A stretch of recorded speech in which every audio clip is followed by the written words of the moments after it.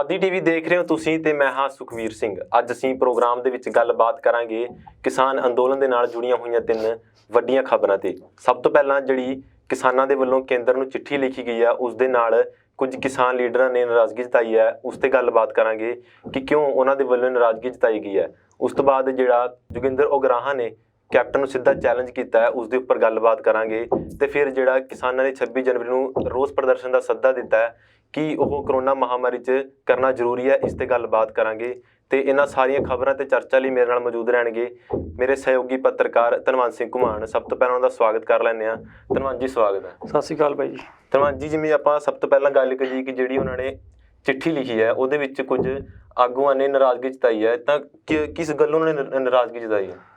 ਅਸਲ 'ਚ ਦੇਖੋ ਜੀ, ਜਿਹੜੀ ਉਹ ਕਿਸਾਨਾਂ ਵੱਲੋਂ ਕੇਂਦਰ ਸਰਕਾਰ ਨੂੰ ਚਿੱਠੀ ਲਿਖੀ ਗਈ ਸੀ, इसमें कुछ किसान हैं जिन्होंने इतराज़ जताया। इतराज़ जताने के कई कारण आ। इतराज़ जताने का सब तो पहला कारण तो जो ही आ कि ਜਿਹੜੇ किसान आ जिन्होंने इतराज़ जताया ना, वो किसान कहाँ भी ਜਿਹੜੀ ਉਹ चिट्ठी आ हमारी गैर मौजूदगी में लिखी गई आ, मतलब कि मानू पूछे बिना लिखी गई आ। कहाँ भी हमारी इस गल सहमति नहीं। नंबर 2, और कहाँ भी ਜਿਹੜੇ जो किसान आगू आ जिन्होंने जो चिट्ठी लिख कर सरकार ਨੂੰ भेजी आ, जिस तरह के डॉक्टर दर्शनपाल हो गए ਜਾਂ ਫਿਰ ਜੋਗਿੰਦਰ ਯਾਦਵ ਜੀ ਹੋ ਗਏ, ਉਹ ਕਹਾ ਵੀ ਇਹਨਾਂ ਕਿਸਾਨ ਆਗੂ ਨੂੰ ਅਸਤਾਬ ਦੇ ਲੀਡਰ ਹੀ ਨਹੀਂ ਮੰਨਦੇ। ਹੁਣ ਜਦ ਉਹਨਾਂ ਨੂੰ ਲੀਡਰ ਮੰਨਣ ਤੇ ਹੀ ਇਨਕਾਰ ਕਰਤਿਆ, ਫਿਰ ਉਹਨਾਂ ਦੀਆਂ ਗੱਲਾਂ ਪਾ ਅਮਲ ਕਿਸ ਤਰ੍ਹਾਂ ਕਰ ਸਕਾਂ। ਇਸ ਕਰਕੇ ਹੁਣ ਜਿਹੜੇ ਉਹ ਕਿਸਾਨ ਆ ਨਾ, ਕਈ ਕਿਸਾਨਾਂ ਨੇ ਜੋ ਮਤਲਬ ਕਿ ਇਸ ਪਾ ਇਤਰਾਜ਼ ਜਤਾਇਆ ਵੀ ਸੈਂਟਰ ਸਰਕਾਰ ਨੂੰ ਜਿਹੜੀ ਕਿਸਾਨਾਂ ਕਹਿੰਦੇ ਚਿੱਠੀ ਲਿਖੀ ਗਈ ਆ ਵੀ ਉਹ ਚਿੱਠੀ ਆ ਜਿਹੜੀ ਉਹ ਬਈ ਮਾਰੀ ਸਹਿਮਤੀ ਗੱਲ ਨਹੀਂ ਲਿਖੀ ਗਈ, ਇਸ ਕਰਕੇ ਮਾਰਾ ਇਸ ਗੱਲ ਪਾ ਇਤਰਾਜ਼ ਆ। ਔਰ ਨੰबर 2, ਫਿਰ ਉਸ ਤੋਂ ਬਾਅਦ उन्होंने यो बात भी सामने रखी है, जे चिट्ठी लिखनी होती तो हमारी मौजूदगी में हमारे ते पुछ का या फिर हमारे सहयोग के गल लिखी जानी थी, क्योंकि असी भी अंदोलन में उन्ने ही हकदार हाँ जिन्ने के बाकी किसान या फिर बाकी लीडर हाँ। इस करके उन्होंने कहा भी जे हुण चिट्ठी दोबारा उस पर विचार चर्चा करनी चाहिए है। चिट्ठी वाले मसले पर दोबारा केंद्र में चिट्ठी लिखी जानी चाहिए है, जिसके विच हमारी मौजूदगी भी होनी चाहिए है। ਤਾਂ ਕੀ ਉਹ ਦੁਬਾਰਾ ਚਿੱਠੀ ਲਿਖਣਗੇ ਜਾਂ ਫਿਰ ਇसी ਚਿੱਠੀ ਤੇ ਜਿਹੜੀ ਗੱਲਬਾਤ ਦਾ ਸੱਦਾ ਉਹਨਾਂ ਨੇ ਦਿੱਤਾ ਉਸੇ ਤੇ? ਦੇਖੋ ਜੀ, ਪਤਾ ਕੀ ਆ, ਜਿਹੜੇ ਜਿਸ ਤਰ੍ਹਾਂ ਹੁਣ ਤੁਸੀਂ ਦੁਬਾਰਾ ਚਿੱਠੀ ਲਿਖਣ ਦੀ ਬਾਤ ਕਹੀ ਆ, ਜੋ ਤਾਂ ਹੁਣ ਹਲੇ ਇੱਕ ਮੁੱਦਾ ਦੇਖਣ ਵਾਲਾ ਅੱਗਾ ਸੋਚਣ ਵਾਲਾ ਕਿ ਕਿਸਾਨ ਲੀਡਰਾਂ ਦੀ ਸਲਾਹ ਕੀ ਬਣਾ, ਪਰ ਕੇਂਦਰ ਨੂੰ ਇੱਕ ਵਾਰੀ ਸੁਨੇਹਾ ਪਹੁੰਚਾ ਦਿਆ ਗਿਆ ਕਿ ਹਾਂ ਕਿਸਾਨ ਆ ਜਿਹੜੇ ਉਹ ਤੁਹਾਡੇ ਨਾਲ ਗੱਲਬਾਤ ਕਰਨ ਵਾਸਤੇ ਰਾਜੀ ਆ। ਹੁਣ ਅੱਗਾ ਕਦਮ ਕੀ ਆ, ਕੇਂਦਰ ਨੂੰ ਇਸ ਸੁਨੇਹੇ ਕੇ ਗੈਲ ਗੈਲ ਕਿਸਾਨਾਂ ਨੇ ਇਸ ਗੱਲ ਵਾਸਤੇ ਵੀ ਜਾਗਰੂਕ ਕਰਤਿਆ ਵੀ 26 ਮਈ ਨੂੰ ਅਸੀਂ ਇੱਕ ਰੋਸ ਪ੍ਰਦਰਸ਼ਨ ਕਰ ਰਹੇ ਹਾਂ, ਬੜੀ ਰੈਲੀ ਕਰ ਰਹੇ ਹਾਂ।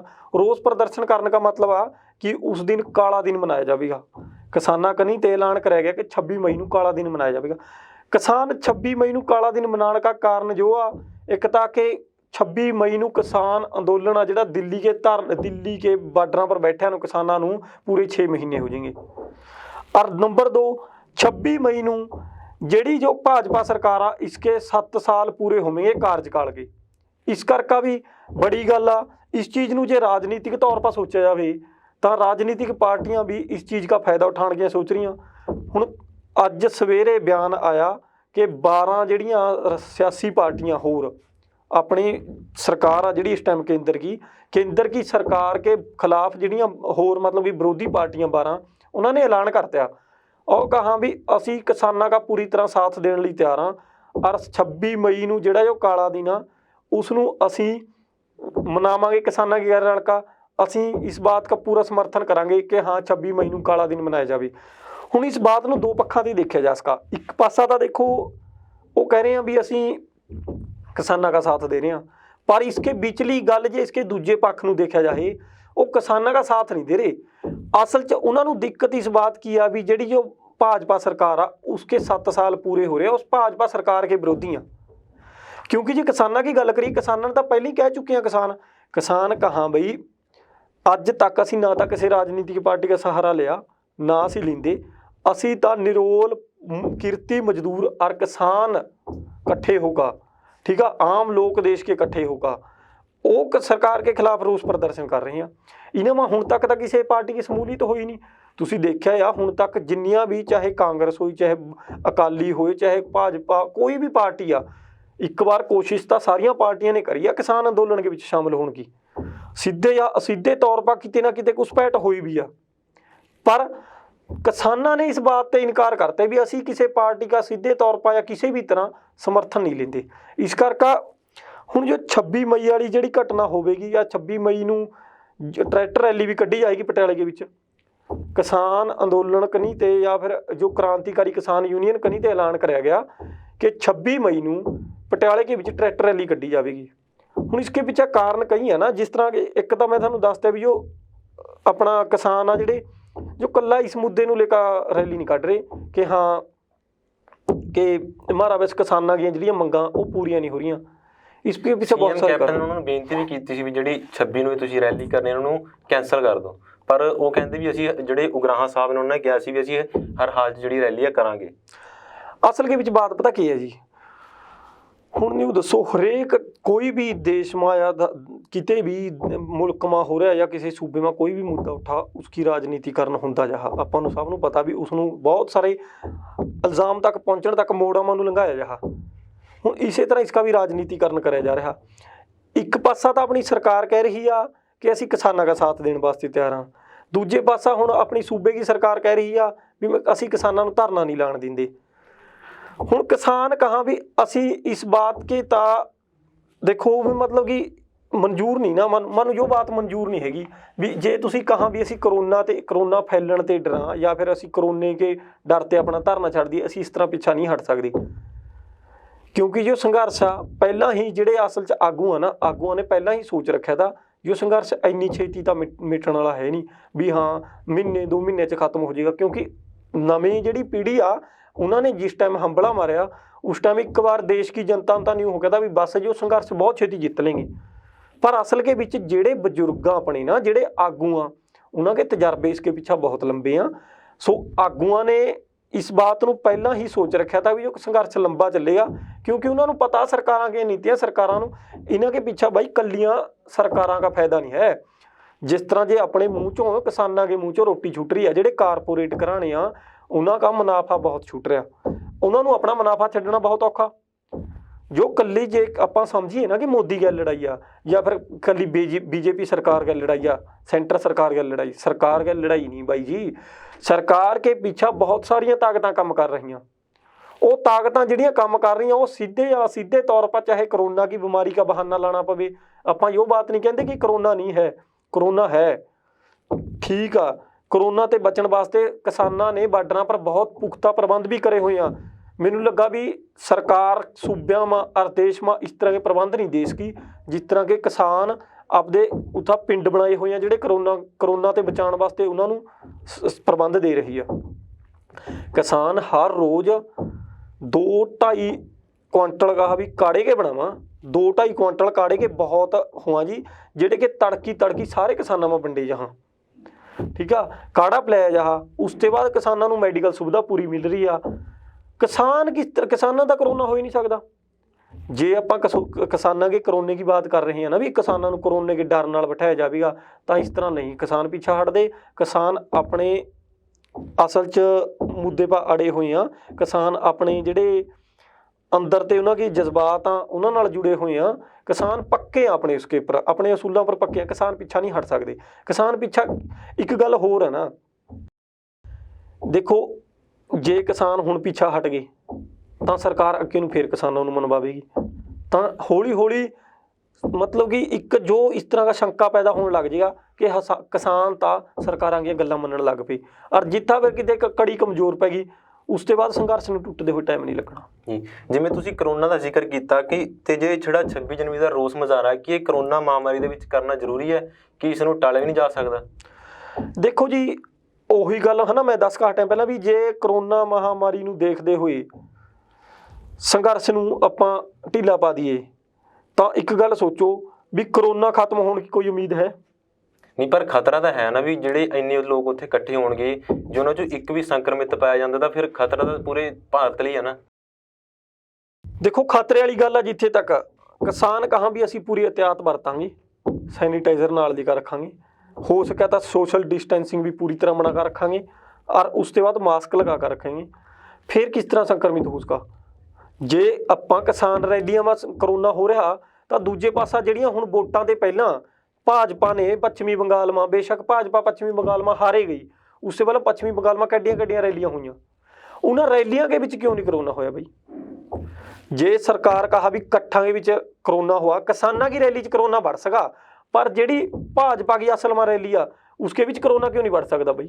ਹੋਰ ਜਿਹੜੇ ਲੀਡਰਾਂ ਉਹ ਰੈਲੀਆਂ ਕਰਾਂ ਜਾਂ ਫਿਰ ਹੋਰ ਕੋਈ ਇਕੱਠ ਕਰਾਂ, ਉਹਨਾਂ ਦੇ ਵਿੱਚ ਕਰੋਨਾ क्यों नहीं बढ़ सकता? किसाना की रैली के ਵਿੱਚ क्यों ਕਰੋਨਾ? ਅਸਲ के ਵਿੱਚ ਕਰੋਨਾ है, ठीक आ, इस बात ਤੇ ਅਸੀਂ ਵੀ ਸਹਿਮਤ ਹਾਂ, पर ਕਰੋਨਾ के नाम पर ਜਿਹੜਾ ਕਿਸਾਨ ਸੰਘਰਸ਼ ਆ ਉਹਨੂੰ ਵੀ ਕਿਤੇ ਨਾ ਕਿਤੇ ਦੱਬਣ ਦੀ ਕੋਸ਼ਿਸ਼ ਕਰੀ ਜਾ ਰਹੀ ਹੈ। ਕਿਸਾਨ ਸੰਘਰਸ਼ ਨੂੰ ਕਰੋਨਾ ਦਾ ਸਹਾਰਾ ਲੈ ਕੇ ਦੱਬਿਆ ਜਾ ਰਿਹਾ, ਪਰ ਕਿਸਾਨ ਆ ਜਿਹੜੇ ਉਹ ਵੀ ਇਸ ਬਾਤ ਨੂੰ ਸਮਝਾਂ। ਨੰਬਰ 2 ਇੱਕ ਗੱਲ ਹੋਰ ਆ, ਜੇ ਤੁਸੀਂ ਕਹੋ ਆ ਵੀ ਕਰੋਨਾ ਹੈਗਾ, ਠੀਕ ਆ, ਮੰਨ ਰਹੇ ਆ, ਕਿਸਾਨ ਵੀ ਇਸ ਬਾਤ ਨੂੰ ਮੰਨ ਰਹੇ ਆ, ਪਰ ਜਿਹੜੀ ਮਾਰੇ ਹੁਣ ਤੱਕ ਸਰਕਾਰਾਂ ਉਹ ਇਸ ਬਾਤ ਨੂੰ ਲੈ ਕੇ, ਕਰੋਨਾ ਵਾਲੀ ਬਾਤ ਨੂੰ ਲੈ ਕੇ ਕਿਸਾਨਾਂ ਨੂੰ ਹੁਣ ਤੱਕ ਕੌਨਫੀਡੈਂਸ ਮਾ ਨਹੀਂ ਲੈ ਸਕੀਆਂ।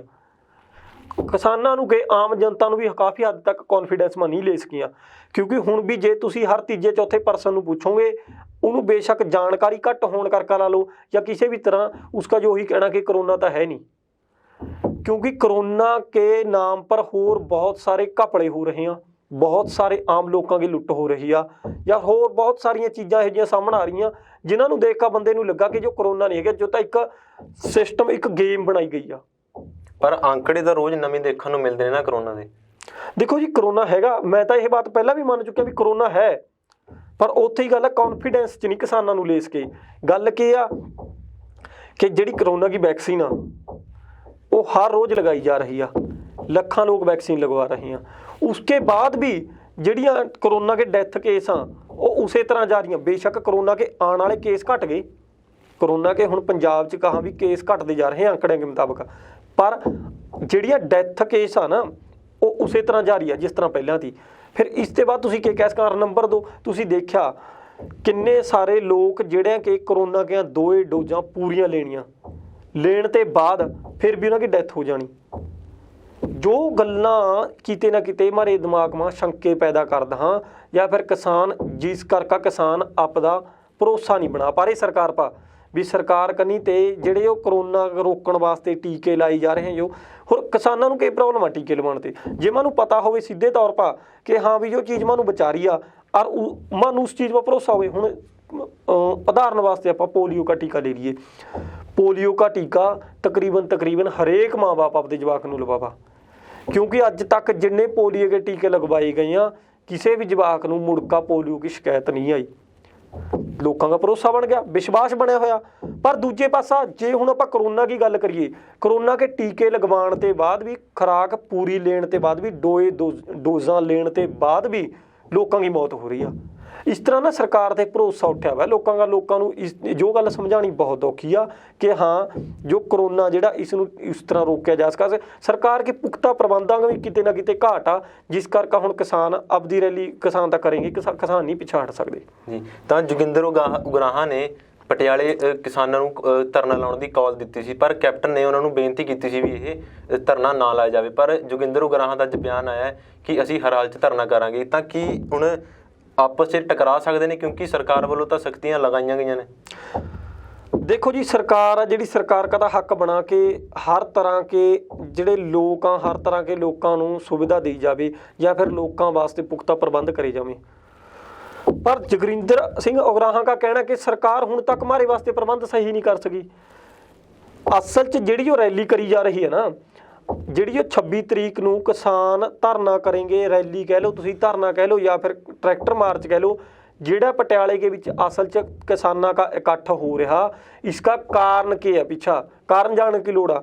ਜੋਗਿੰਦਰ ਸਿੰਘ ਉਗਰਾਹਾਂ ਦਾ ਕਹਿਣਾ और क्रांतिकारी किसान यूनियन के आगुओं का कहना कि जो धरना असल च लाया ही तां जा रहा कि सरकार करोना के संबंध में हुण तक पुख्ता प्रबंध नहीं कर सकी। सरकार नूं जगाउण वास्ते ही हुण तक जो भी मतलब सरकार हमारे वास्ते या किसानां वास्ते ला लो या फिर आम जनता वास्ते करोना ते बचाव वास्ते पुख्ता प्रबंध नहीं कर सकी, जिसके रोस वजों यो रैली कढ़ी जा रही है। क्योंकि जो एक करोना का मसला करोना नहीं मतलब कि जो कल्ले किसानां का मसला नहीं रह गया, किसानां का मुद्दा नहीं रह गया।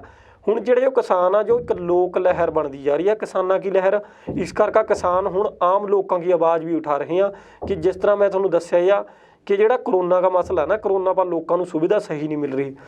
3-4 दिन पहला सुखबीर बादल का बयान आया, पता है सुखबीर बादल कहा भी जे सरकार आ जिहड़ी सूबे की वो सही प्रबंध कर दी ਤਾਂ ਉਹਨਾਂ ਨੂੰ ਕੀ ਲੋੜ ਤੀ ਲੋਕਾਂ ਦੇ ਵਾਸਤੇ ਵੈਂਟੀਲੇਟਰ ਵਾਸਤੇ ਜਾਂ ਫਿਰ ਬੜੇ ਜਿਹੜੇ ਕਰੋਨਾ ਕੋਵਿਡ ਸੈਂਟਰ ਖੋਲਣਗੇ।